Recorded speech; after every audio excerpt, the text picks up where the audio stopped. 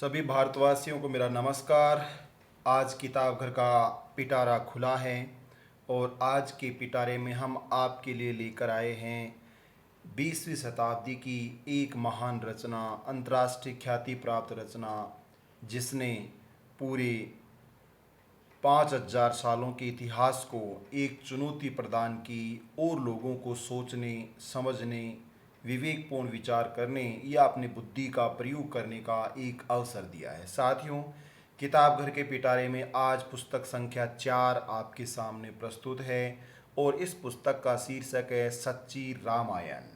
The Ramayana a true reading, Periyar EV Ramasamy, जिन्हें अंधविश्वास और रूढ़ियों का कट्टर माना जाता है, जिन्हें एशिया का सुकरात कहा जाता है या जिन्हें हम कह सकते हैं भारत में सामाजिक धार्मिक पुनर्जागरण आंदोलन के प्रणेता ईवी रामासामी पेरियार, या एक ट्रू इंडियन हम इसे कह सकते हैं। यह किताब जो ब्राह्मण धर्म का सच बताती है। साथियों, गांव गांव, गली गली, शहर शहर, ढाणी ढाणी में रामायण की बात आपने सुनी होगी, रामायण के पाठ आपने सुने होंगे, शायद पढ़ा नहीं होगा। अगर पढ़ा भी है तो आपने उस रामायण को पढ़ा है जो एक काल्पनिक और तथाकथित चित्र था, चरित्र नहीं पढ़ा।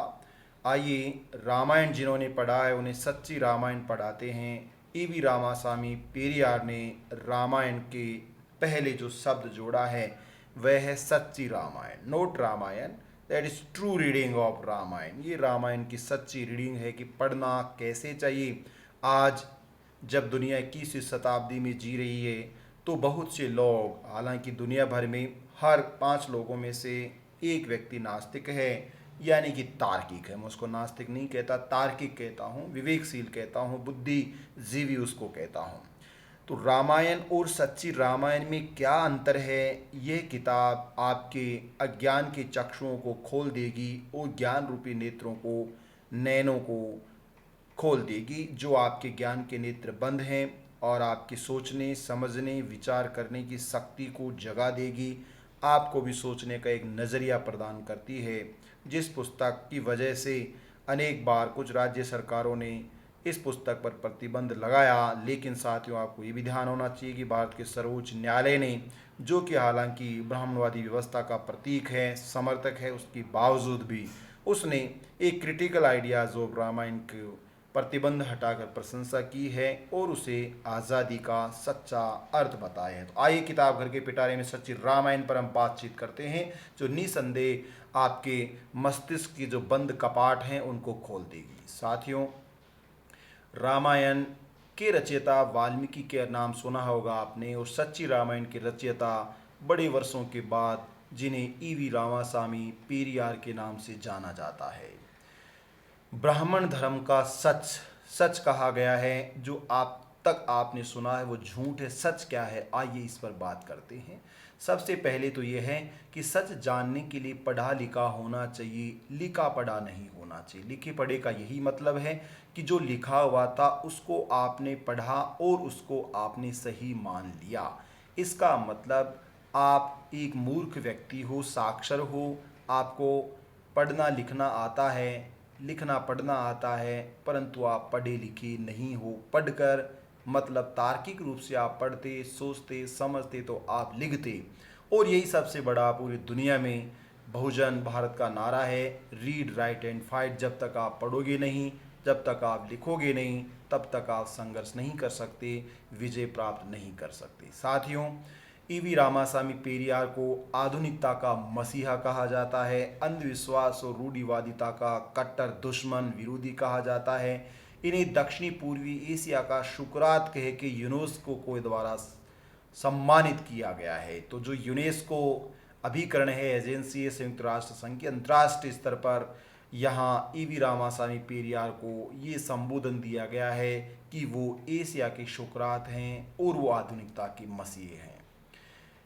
सच्ची रामायण उन्होंने केवल रास्ते चलते नहीं लिख दी या काल्पनिक कथा नहीं लिखी, अपितु 40 वर्षों तक ब्राह्मण ग्रंथों का अध्ययन करने के बाद पेरियार ने तमिल भाषा में रामायण पाथीरांगल के नाम से 1944 में इसका प्रकाशन किया। साथियों, लोग 40 साल तक नौकरी करके आ जाते हैं या 40 साल तक बेरोजगार घूमते रहते हैं, उनको पता ही नहीं चलता इस दुनियादारी के बारे में, सच के बारे में, यानी झूठ के माया जाल में, मक्कर जाल में अपने जीवन को तबाह और बर्बाद करते हैं। 40 वर्षों तक अध्ययन करने के बाद सच उनके सामने आया और उस सच को हमारे सामने लेकर आए।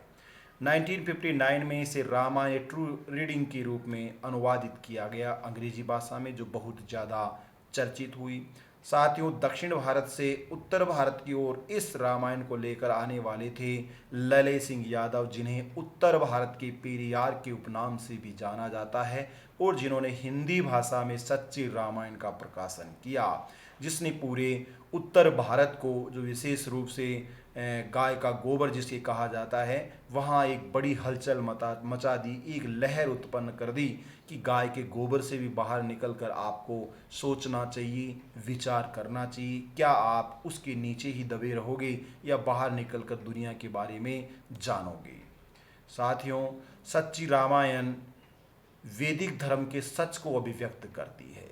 1969 में जब इसका प्रकाशन किया गया हिंदी भाषा में, तो उत्तर प्रदेश, या ये कहें कि जिनको पंडों की जन्मस्थली कर्मस्थली कहा जाता है, वहाँ हिंदुओं की भावनाएं आहत हो गई और इस नाम पर इस पर प्रतिबंध लगा दिया गया।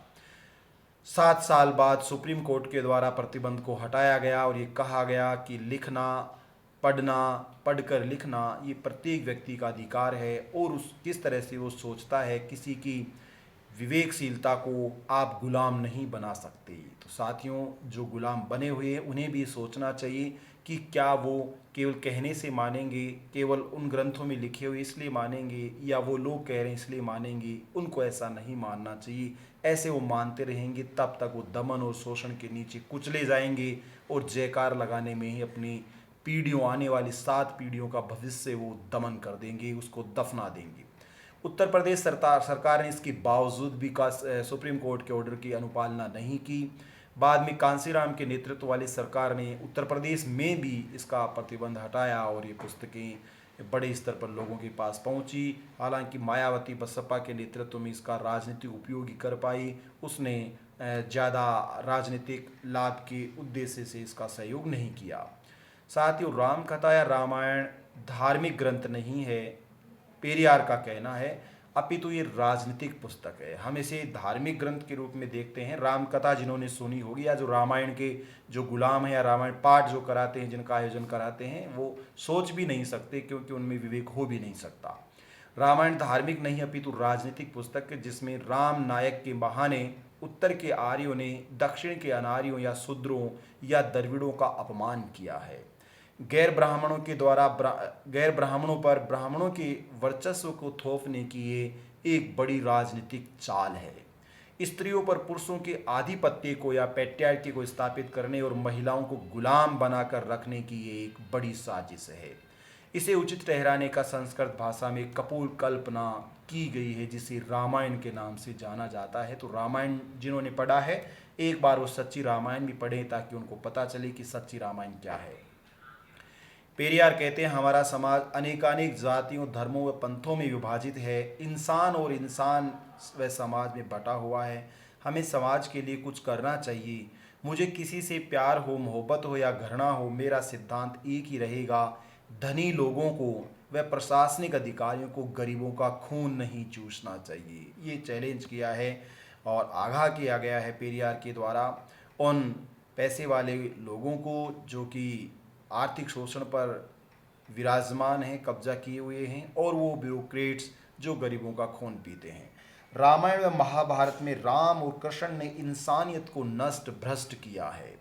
इन काल्पनिक काव्यों के गहन अध्ययन करने से मालूम होता है कि ये कितने बर्बर, असभ्य, अनैतिक और अन्यायपूर्ण दर्शन से भरे पड़े हैं।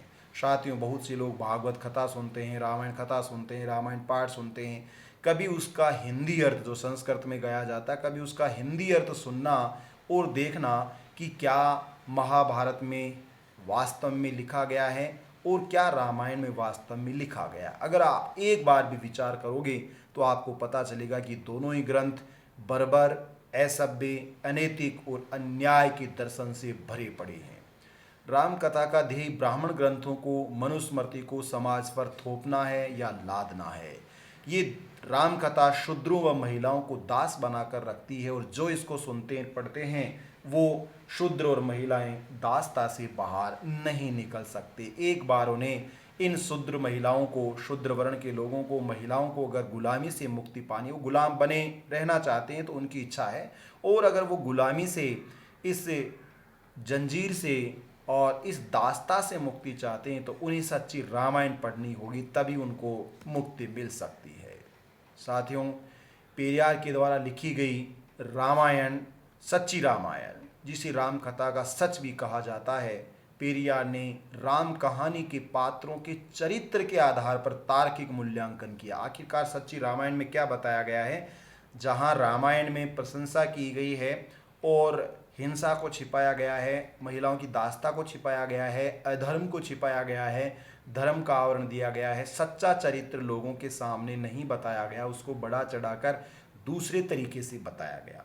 तो हमें पहले तरीके से सोचना होगा कि राम कथा के जितने भी पात्र हैं उन पात्रों ने आखिरकार किया क्या है। इन पात्रों में मुख्य पात्र रामास्वामी ने रखे हैं: दशरथ, राम, सीता, लक्ष्मण, भरत, शत्रुघ्न, कौशल्या, सुमित्रा, कैकेयी, सुमंत्र, वशिष्ठ, हनुमान, बाली, सुग्रीव, अंगद, विभीषण और रावण। बहुत से पात्र हैं, लेकिन 17 पात्रों के चरित्र का तार्किक मूल्यांकन करके राम कथा का सच हमारे सामने लेकर आए हैं ईवी रामास्वामी पेरियार। साथियों, ये भी एक बता दूं आपको कि पेरियार का परिवार एक बहुत बड़ा उद्योगपतियों का परिवार था, और उन्होंने बहुत से सराय बनाए और मंदिर बनाए बड़े स्तर पर, और इन्होंने समाज सेवा और सामाजिक चेतना में अपना जीवन खपा दिया। और इनके पूर्वजों के द्वारा बनाई गई एक धर्मशाला में पेरियार को भोजन नहीं करने दिया गया, धक्के मारकर बाहर निकाल दिया गया, जबकि उन्हीं के पूर्वज दादा ने वो धर्मशाला बनाई थी जो ब्राह्मणों को दान में दी गई, और ब्राह्मण उस पर कब्जा कर लिया और पेरियार को उससे बाहर कर दिया। संस्कृत भाषा की काल्पनिक कहानियों को वेदों या धार्मिक ग्रंथों का नाम दिया गया। धर्मशास्त्र के जाल में न केवल निरक्षर अपितु साक्षर दोनों ही फंसे हुए हैं। हम केवल ये नहीं सोचें कि वो निरक्षर लोग ही रामायण सुन रहे हैं, या अभी भी रामायण का जो पाठ किया जाता है उसका हिंदी अर्थ साक्षर लोगों को भी नहीं पता, वो केवल सुनते रहते हैं और दान देते रहते हैं। उनको लगता है कि भला हो जाएगा उनके परिवार का, ऐसा भला कभी नहीं होने वाला है। इसलिए पेरियार कह रहे हैं कि धर्मशास्त्र के जाल में अनपढ़ लोग जो पढ़े लिखे नहीं हैं और साक्षर लोग दोनों ही बुरी तरह से फंसे हुए हैं। ऐसा होता भी क्यों है आखिरकार? शिक्षा शुरू होते ही साक्षर लोग इसलिए फंसे हुए हैं, उनसे बाहर नहीं निकल पाते, क्योंकि शिक्षा शुरू होते बच्चों के खून में रामायण का प्रवेश कराया जाता है। इस अतार्किक, अनुकरण के अयोग्य, अनैतिक, आर्य उदात झूठ, अनार्यों के दर्पण, जिसमें वे अपना स्थान देख सकते हैं वे कहाँ हैं और आगे वो कहाँ रहेंगे। साथियों, शिक्षा के साथ ही उन्हें उस दर्शन को शामिल किया जाता है जिसको राम कथा और जिसको कृष्ण कथा के नाम से जाना जाता है, सरस्वती कथा के नाम से जाना जाता है, जो स्कूलों में उन्हें बताया जाता है। तो वहीं से उनके दिलों और दिमाग पर जो अज्ञान का पर्दा है वो हावी हो जाता है, उड़ता उम्र जिंदगी से बाहर नहीं निकल पाता। बहुत कम लोग हैं रामास्वामी पेरियार की तरह जो इस झूठ के आवरण से बाहर निकल पाए, मक्कड़ जाल को जो तोड़ पाए और सच दुनिया के सामने लेकर आए। राम कथा का सच यानी रामायण का सच क्या है? ये एक कथा प्रसंग है, जैसे कि अरेबियन नाटक है, शेक्सपियर का महान ग्रंथ है, पंचतंत्र की कहानियां हैं, उनकी तरह ये भी केवल एक कहानी है जिसको लोगों ने सच मान लिया। ब्राह्मण धर्म के जंजाल में फंसकर वो लोग कहानी को सच मान बैठे। कथा पात्रों के चरित्र पर विचार करने से ही सच का पता लग जाता। एक बार आप जरूर विचार करें, इसका उद्गम और पुत्र यज्ञ क्या है। साथियों, उद्गम की अगर बात करें तो यज्ञ बलि, ऐसा यज्ञ जिसमें बलि दी जाती थी यानी हिंसा की जाती थी। यज्ञ में बलि देने के कारण जो बाधा उत्पन्न करने वाले लोग थे जिन्हें राक्षस कहा गया है, उन देवों की शिकायत पर चारमुखी ब्रह्मा ने नीच चरित्र के कारण ऋषियों के अनेकानेक अभिशापों से आहत विष्णु को राम के रूप में पुत्र यज्ञ की खीर के बहाने राक्षसों के अंत हेतु धरती पर भेजा और इस खीर को खाकर रानियां गर्भवती हो गई और वो माएँ बन गई। दशरथ की 3 रानियां। मुझे नहीं लगता कि आपके पिता के या हमारे पिता की 3 पत्नियां होंगी। तो चरित्र कहीं फिट भी नहीं बैठता है कि ऐसा नहीं हो सकता। वो बहुत ही गलत और अनैतिक है। वो एक तरह से महिला दासियों को रखने की, कुछ जगह तो बहुत सी रानियों की संख्या बताई गई है जो एक तरह से पुरुष की महिलाओं के ऊपर एक बड़ी दासता का प्रतीक है कि एक जगह एक महिला के 5 पति हैं, एक जगह 3 महिला के 1 पति है। बहुत से ऐसे उदाहरण आपको मिलेंगे।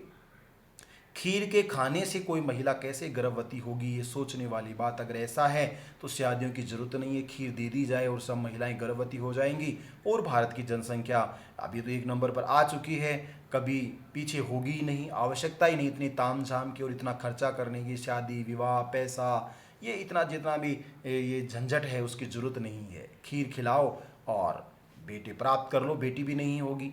तो ये यज्ञ बलि के रूप में वो कह रहे हैं कि हिंसा को छिपाया गया और खीर के माध्यम से पुत्र यज्ञ की बात कही गई और यज्ञ करके बेटों का जन्म हुआ, बेटी का नहीं हुआ। चरित्रहीन को जिसका जन्म हुआ उसका जन्म ऐसा क्यों हुआ, उन्हीं ग्रंथों में लिखा हुआ है। रामायण की जो राम कथा का सच पेरियार ने बता रहे हैं वो रामायण का अध्ययन करने के बाद ही बता रहे हैं। वो कह रहे हैं कि ऐसे व्यक्ति को जिसको उसका चरित्र नीच था उसको ऋषियों ने अभिशाप दिया क्योंकि वो व्याभिचारी था और इस कारण ही उसको वनवास मिला और सीता से दूर, ऐसा उनका कहना है। तो ऐसे नीच चरित्र के व्यक्ति को राम के रूप में जन्म लेना और उसको पूजना ये बड़ा ही अतार्किक और मूर्खता का प्रतीक दिखाई देता है पेरियार की नज़र में। पेरियार कहते हैं चरित्रहीन को धरती पर क्यों भेजा, स्वर्ग और नर्क कहाँ हैं, राक्षस कौन है, देवगण कौन है, यज्ञ में जानवरों को क्यों मारते थे, खीर से गर्भ कैसे ठहरता है, पुरोहितों में रानियों में संबंध क्या थे, रानियों की संख्याएं कितनी थी। देवेंद्र का दूषित चरित्र था जो डांसिंग और ड्रिंकिंग का काम करता है जैसा रामायण में लिखा गया है। ब्राह्मणों से संतान उत्पत्ति वेद क्यों मानी जाती थी, रामायण के अध्ययन से अनेकानेक विवेकशील प्रश्न सदैव अनुत्तरित रहते हैं। साथियों, पेरियार कह रहे हैं कि अगर आप रामायण पढ़िए और रामायण पढ़कर उन प्रश्नों का जवाब मांगिए जो आपके दिल और दिमाग और जहन में उठते हैं। पर आपको संस्कृत आती है, नहीं आती है तो हिंदी में पढ़िए, नहीं आती तो इंग्लिश में पढ़िए और इस भाषा, तीनों भाषाओं में पढ़कर आप फिर सोचिए कि लिखा गया है और ये कैसे संभव हो सकता है। क्योंकि बुद्ध कहते हैं सत्य को सत्य जानो, असत्य को असत्य के रूप में जानो। सत्य को अगर आप असत्य मान लोगे तो फिर सत्य कभी, या असत्य को सत्य मान लोगे तो किसी भी स्थिति में सत्य सामने नहीं आएगा। राम कथा के पात्रों के चरित्र के बारे में रामासामी पेरियार बात कर रहे हैं। पहला चरित्र है दशरथ। पेरियार कहते हैं अनैतिक व मानसिक दिवालिया, पुत्र मोह में पड़ा हुआ राजा, पुत्र यज्ञ रूपी हिंसा का वह उत्तरदायी था। कैकेयी से वचन देकर विवाह किया और फिर वचन को उसने भंग कर दिया, यानी कि थूक कर चाटने वाला, यानी बात से मुकरने वाला राजा। पुत्र से ज्यादा मोह रखने वाला उसी का बेटा था राम। राम को राज देने हेतु सबसे मिलकर षड्यंत्र किया गया। भरत को ननिहाल भेजना, धोखेबाज, धूर्त, स्वार्थी, झूठे, सुमंत्र और वशिष्ठ के साथ मिलना और कोषागार पर नियंत्रण करना, ये सब दशरथ, राम के पिता दशरथ के चरित्र को बताने वाले अवगुण और गुण हैं। दूसरा पात्र है साथियों, पात्र से पात्र के चरित्र की बात रामासामी ने की है और दूसरा पात्र इस रामायण का हीरो है जिसे राम कहा जाता है और सच्ची रामायण का हीरो ईवी रामासामी पेरियार है। वो पेरियार साहब कहते हैं पूर्व जन्म की चरित्रहीनता और अभिशाप के कारण ही राम ने जन्म लिया, हिंसक यज्ञों के माध्यम से जन्म लिया। पुत्र खीर उसकी माँ ने खाई इसलिए उसका जन्म हुआ। भरत और कैकेयी के प्रति वो बुरी दृष्टि रखता था, पिता से दुर्व्यवहार किया, 14 वर्ष तक खड़ाऊ से अपने भाई भरत के माध्यम से शासन किया, पत्नी सीता के चरित्र पर संदेह किया, उसकी अग्नि परीक्षा ली जो आज भी कानून की दृष्टि से अपराध है और कुछ समुदायों में इसी रामायण की वजह से आज भी महिलाओं की अग्नि परीक्षा ली जाती है, जो अपने आप में ही महिला दासता और महिला शोषण का बहुत बड़ा प्रमाण है कि क्यों लोग महिलाओं के प्रति ऐसा नज़रिया रखते हैं। उसके लिए कहीं ना कहीं जो रामायण है और महाभारत है वो बहुत अधिक ज़्यादा उत्तरदायी है। जैसे पितृपंड, पुत्र की इच्छा भी क्यों रखते हैं, क्योंकि इन पात्रों में महिलाएं आपको बहुत कम मिलेंगी, पुरुष ज़्यादा मिलेंगे, पुत्र मिलेंगे। मुख्य मुख्य जो पात्र हैं वो पुरुष पात्र हैं, और इसीलिए वो जितनी भी कन्याओं की हत्याएं की गई हैं, चाहे वो सती प्रथा के माध्यम से हो या कन्यावध प्रथा के माध्यम से हो या शमशान घाट में आज भी महिलाओं को नहीं जाने देना, बेटी को नहीं जाने देना, जबकि बेटा और बेटी समानता की बात कर रहे हैं। पिता का जो अंतिम संस्कार का है, कपाल क्रिया है, उसमें शामिल नहीं करना, ये सब चीज़ें रामायण और महाभारत की वजह से हैं। पारिवारिक गैर वफादारी, अपने स्वार्थ हेतु दुष्ट सुग्रीव और विभीषण से दोस्ती की। जब उसका भाई इतना अच्छा था तो दूसरों का भाई भी अच्छा होना चाहिए, और अगर दूसरों का भाई अच्छा नहीं था तो ऐसे बुरे व्यक्ति से वो क्यों मिले। अपने स्वार्थ के लिए दुष्ट सुग्रीव जो बाली का विरोधी था, विभीषण जो राम का भाई था, तो दूसरे के भाइयों को अपनी तरफ मिलाकर आज जैसे गांव-गांव में हम देखते हैं कि फूट डालो राज करो वाली नीति है, तो किसी न किसी को सुग्रीव और विभीषण बनाया जाता है। तो वो इसी कथापात्र का अवगुण चरित्र को हमें बताता है। बाली की धोखे से हत्या की गई, कारण कुछ भी रहा हो, आप धोखे से किसी को नहीं मार सकते। अकारण ही ब्राह्मण का पुत्र मर गया, और ब्राह्मण के कहने से उस पुत्र को जिंदा करना था बीमारी की वजह से, और इसलिए उसने शूद्र शंभुक का वध कर दिया, हत्या कर दी, और फिर वह पश्चाताप का नाटक करता है। तो एक आदमी के साथ भी अन्याय होना अन्याय का सबसे बड़ा प्रतिकार होता है। यह इस रामायण काल्पनिक ग्रंथ के हीरो ने ऐसा किया है। साथियों, सच्ची रामायण का जो तीसरा पात्र है वो पात्र महिला पात्र है, और उसका नाम है सीता। सीता के चरित्र के लिए पेरियार ने मूल्यांकन किया है। पूरी कथा में सीता के बारे में प्रशंसा का एक शब्द भी नहीं मिलता है। महिला के प्रति दुष्ट नज़रिए को रामायण में अभिव्यक्त किया गया है। धरती से जन्म लेना अपने आप में ही संदेह और अतार्किक है। वनवास की घोषणा पर कैकेयी और राम से कटु वार्ता करना, वनवास में भी गहने और आभूषण उसके पास होना, और रावण हरण के समय आभूषणों और गहनों को नीचे फेंकते जाना, लक्ष्मण व सीता के संबंधों के बारे में लक्ष्मण को बुरी तरह से उल्हाना देना, और वे शब्द जो सीता के चरित्र को बताते हैं। रावण और सीता के बीच का वार्तालाप, रावण को स्त्री स्पर्श पर स्त्री को बिना इच्छा के स्पर्श करने पर उसके शरीर के टुकड़े टुकड़े हो जाने का अभिशाप दिया गया था, फिर भी रावण ले गया और उसका कुछ नहीं हुआ। सीता का गर्भवती होना लंका में, व्याभिचार और उसके बाद लव कुश का जन्म होना, राम द्वारा उसकी अग्नि परीक्षा लेना, उसको बाहर निकाल देना, और लव कुश का जंगल में जन्म लेना, ये सब सीता के प्रति उसके चरित्र को अभिव्यक्त करता है। साथियों, सच्ची रामायण का चौथा पात्र है लक्ष्मण, जो कि राम का भाई है। अन्य भाई के अतिरिक्त राम से लक्ष्मण ने मिली भगत की है, सीता के चरित्र पर घोर अन्यायपूर्ण टिप्पणी की है। वह क्रोधित स्वभाव का था, अमर्यादित था। रावण की बहन शूर्पणखा के साथ उसने दुर्व्यवहार किया। भारत विरोधी था, सुग्रीव से उसने दोस्ती की, और अपनी पत्नी से जो उसका व्यवहार था वह अमर्यादित व्यवहार की श्रेणी में आता है। साथियों, राम कथा का पांचवा पात्र पेरियार ने बताया है भरत। स्वभाव से चंचल था, माँ के प्रति दुर्व्यवहार, राम के प्रति वफादारी, पिता को भला बुरा कहना, खड़ाऊ से शासन करना, ये इत्यादि भरत के चरित्र को अभिव्यक्त करते हैं। छठवां पात्र है शत्रुघ्न। कैकेयी और मंथरा के प्रति मूर्खतापूर्ण व्यवहार करना, महिला मंथरा से हिंसा करना और शत्रुता की भावना रखना शत्रुघ्न के चरित्र को शत्रुपूर्ण बनाते हैं। साथियों, सच्ची राम कथा या राम कथा के सच का सातवां पात्र है कौशल्या, राम की माँ। पुत्र मोह रखना, वृद्धावस्था में कामुकता के प्रति आसक्त होना, व्याभिचारिणी, खीर से गर्भवती होना, कैकेयी से ईर्ष्या रखना, घोड़े की हत्या करना, रात भर घोड़े से चिपके रहना, ये सब कौशल्या के चरित्र को बता रहे हैं।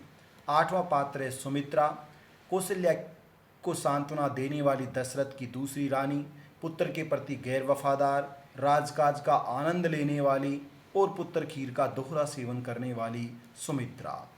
राम कथा के सच का जो नवा पात्र है वह कैकेयी, दशरथ की तीसरी पत्नी, सुंदर एवं वीरांगना नारी, दशरथ की जीवन रक्षिणी छत्राणी, पतिव्रता का धर्म का पालन करने वाली 3 पत्नियों में से एक पत्नी, प्राण जाए पर वचन न जाए उसका पालन करने वाली नारी, वचनानुसार राजगद्दी को प्राप्ति करने वाली रानी, जिसको रामायण में बुरा पात्र बताया गया है परंतु उसके चरित्र पर विचार किया जाता है तो अच्छे पात्र के रूप में दिखाई देती है। 10वां पात्र है मंत्री सुमंत्र, धूर्त और मक्कार, झूठा, षड्यंत्र रचने वाला, सब कुछ मालूम होने के बाद भी राजगद्दी के लिए राम का पक्ष ले रहा था।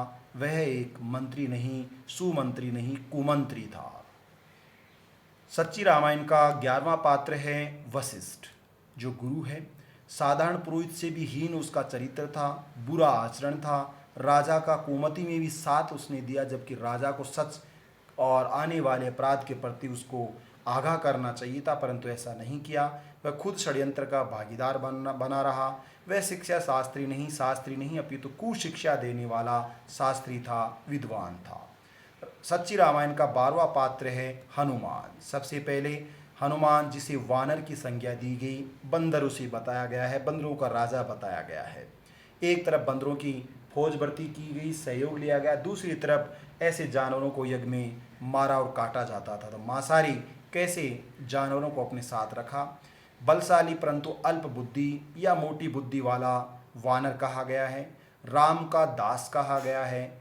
राम के कहने से बहुत सी हिंसाएं की, इसलिए हिंसक कहा गया है। मानसिक दिवालिया बताया गया है। सीता के वार्तालाप से और लंका दहन से हनुमान के चरित्र का पता चलता है। खुद रामायण ने हनुमान को इंसान नहीं माना है, एक जानवर माना है, वानर माना है, बंदर माना है, और जिसे राम भक्त के रूप में उन्होंने अतिशयोक्तिपूर्ण व्यंजना की है। सच्ची रामायण में उसके चरित्र को बताया है। राम कथा के सच का 13वां जो पात्र है वह पात्र है बाली, शूद्रों का नायक, दक्षिणी भारत का नायक। हालांकि हनुमान भी दक्षिण भारत का नायक रहा है। निर्दोष, शक्तिशाली, न्यायप्रिय, धैर्यवान, पत्नी से भाई हत्या न करने के वचन का पालन करने वाला। इसके बावजूद भी बाली की हत्या की गई। बाली शूद्रों का नायक और दक्षिण भारत का नायक माना गया है। कथा साहित्य में उसे राक्षस के रूप में बताया गया, जबकि वह हनुमान सुग्रीव के परिवार का ही वानर था, उसे भी बंदर कहा है। सुग्रीव जो कि बाली का छोटा भाई था, धोखेबाज और राम से मिली भगत करने वाला बाली का भाई, राज्य प्राप्ति के प्रति अति लालची, और इस कारण उसने भाई की हत्या करवाई राम से मिली भगत करके। ऐसा था वानर सुग्रीव। सच्ची रामायण का जो 15वां पात्र है वह पात्र है अंगद, बाली का बेटा। पिता के हत्यारे से उसने दोस्ती की, बिना शर्त के दासता को स्वीकार किया और युद्ध में भाग लिया, हिंसा का पालन किया। यह इस कहानी का चौथा मुख्य पात्र था, लेकिन बंदर था, इंसान नहीं। इस सच्ची रामायण का 16वां पात्र बनाया गया है विभीषण को। विभीषण जो कि रावण का भाई था, जैसे सुग्रीव बाली का भाई था और भाई ने भाई की हत्या करवाई, ऐसे ही विभीषण रावण का भाई था। और जैसा कहा भी जाता है गांव में, घर का भेदी लंका ढाए, यानी कि जो विभीषण था वह धोखेबाज था, वह भी भाई का हत्यारा था। सुग्रीव के समकक्ष उसको बताया गया है। वह राज लालसा रखता था, अति महत्वाकांक्षी था, घर का भेदिया था, धूर्त, स्वार्थी और मक्कार। ये चरित्र था रावण के छोटे भाई विभीषण का। और इस राक्षस से रामायण के अनुसार राम ने मैत्री की, संधि की, दोस्ती की, मतलब बुरे व्यक्ति के साथ भी उसने दोस्ती की है। तो दोनों के चरित्र को वह बुरा बता रहा है। 17वां पात्र है रावण। और इस रामायण में जिन्हें विलेन बताया गया है और सच्ची रामायण में जिन्हें अपोजिट हीरो बताया गया, यानी कि कोई भी चीज़ आप एक बार देखते हो तो उसको पलट कर देखो तो दूसरी दृष्टि से आपको दिखाई देगा। वह दृष्टि आपके पास होनी चाहिए। वह दृष्टि पढ़े लिखों के पास होती है, लिखे पढ़ों के पास नहीं। यानी कि जिन्होंने लिखना सीखा है कबूतर और उसको पढ़ते हैं कबूतर, वो लिखे पढ़े होते हैं, और जो पढ़े लिखे होते हैं वो कबूतर को पढ़ते हैं, पर वह कबूतर नहीं, कमल भी हो सकता है, करण भी हो सकता है, करम भी हो सकता है, कुछ भी हो सकता है, परंतु कबूतरी हो कैसे कबूतर ऐसा नहीं है। रावण विद्वान था, योद्धा था, बलवान था, सूरवीर था, वन्य जीवों की रक्षा करने वाला था, और इसीलिए ऋषि जो यज्ञों में जानवरों की बलि देते थे उन ऋषियों का वो विरोधी था। रामायण के पात्रों की बात करें, रामायण के हिसाब से जो लिखा गया है वह एक वरदानी था, न्यायप्रिय था, अंतिम समय में भी उसने लक्ष्मण को राज के उपदेश दी। ऐसा था सच्ची रामायण का हीरो, यानी कि नंबर 1 पर वहाँ हमने दशरथ और उसके बेटे राम को रखा है रामायण में, और सच्ची रामायण में उल्टा है, 17वें नंबर का जो पात्र है वो सच्ची रामायण का सच्चा हीरो है। पेरियार कहते हैं कि साधु का वस्त्र धारण करने से कोई साधु नहीं हो जाता है, उसका चरित्र इसका निर्धारण करता है कि वह साधु है या नहीं है। यानी कि जिस तरह से पुजारी वस्त्र धारण करते हैं, वस्त्र धारण करने से कोई पुजारी नहीं होता है, पुजारी योग्य है या नहीं है इसका मालूम तब चलेगा जब उसकी परीक्षा होगी, परीक्षा में वह पास होगा, इंटरव्यू में पास होगा, साक्षात्कार में उत्तीर्ण होगा, और उसके बाद उसका अपॉइंटमेंट होगा। जैसे कि लोक सेवक देश के संविधान के अनुसार शासन चलाने के लिए ब्यूरोक्रेट्स रिक्रूट किए जाते हैं, ऐसे ही मंदिरों को चलाने के लिए, मस्जिदों को चलाने के लिए, चर्च को चलाने के लिए, गुरुद्वारों को चलाने के लिए एक purely merit based recruitment system होना चाहिए रिटन एग्जाम के माध्यम से, तभी जाकर आपको साधु के वस्त्र वाला व्यक्ति, साधु की योग्यता को धारण करने वाला मिलेगा। आनुवांशिक या पीढ़ी दर पीढ़ी इन वस्त्रों को धारण करने वाला साधु हो ये कभी भी जरूरी नहीं है। तो साथियों, पेरियार रामासामी के द्वारा लिखी गई ये सच्ची रामायण जिसका अंतिम संदेश है, मेरा परिवार रूढ़िवादी है जिसने अनेक मंदिर व सराय बनाए, बावजूद इसके लोग मुझे चरमपंथी व क्रांतिकारी कहते हैं, क्योंकि मेरा जोर इस पर है कि जब तक हमारा भरोसा हिंदू धर्म में, हिंदू देवी देवताओं में, हिंदू शास्त्रों में, हिंदू पुराणों में, हिंदू वेदों में और इसके इतिहास, हिंदू इतिहास में है और इसके अनुसरण करने में है, तब तक हमारा दमन व शोषण जारी रहेगा। हर व्यक्ति जो खुद को सुधारवादी कहता है उसे यह बात या इस बात को समझना होगा। पेरियार रामासामी हिंदू विरोधी नहीं हैं, हिंदू व्यवस्था के विरोधी हैं। यानी कि जिस कल्पना के माध्यम से हिंदू शास्त्रों, पुराणों, वेदों और देवताओं का सृजन किया गया है, धर्म का सृजन किया गया है, उस पर हमें तार्किक विचार करना चाहिए। ये था साथियों ईवी रामासामी पेरियार की रामकथा का सच। ये सच सुनने के लिए, समझने के लिए, देखने के लिए आपको बहुत बहुत धन्यवाद। बहुजन हिताय, बहुजन सुखाय। रामासामी पेरिवार सच्ची रामायण का नायक, the Ramayana a true reading. किताब घर का पिटारा आज यहीं बंद होता है और अगले किताब घर के पिटारा खुलने पर 5वीं महत्वपूर्ण पुस्तक आपके सामने लेकर आऊँगा, जो और बहुत ही तार्किक और रोमांचकारी पुस्तक है, और उसका नाम मैं आपको बता देता हूँ ताकि आप उत्सुक रहें। और किताब का नाम है वोल्गा से गंगा, राहुल सांसकर्ता इनकी किताब है, और उसके बारे में हम परिचर्चा करेंगे। Thank you so much.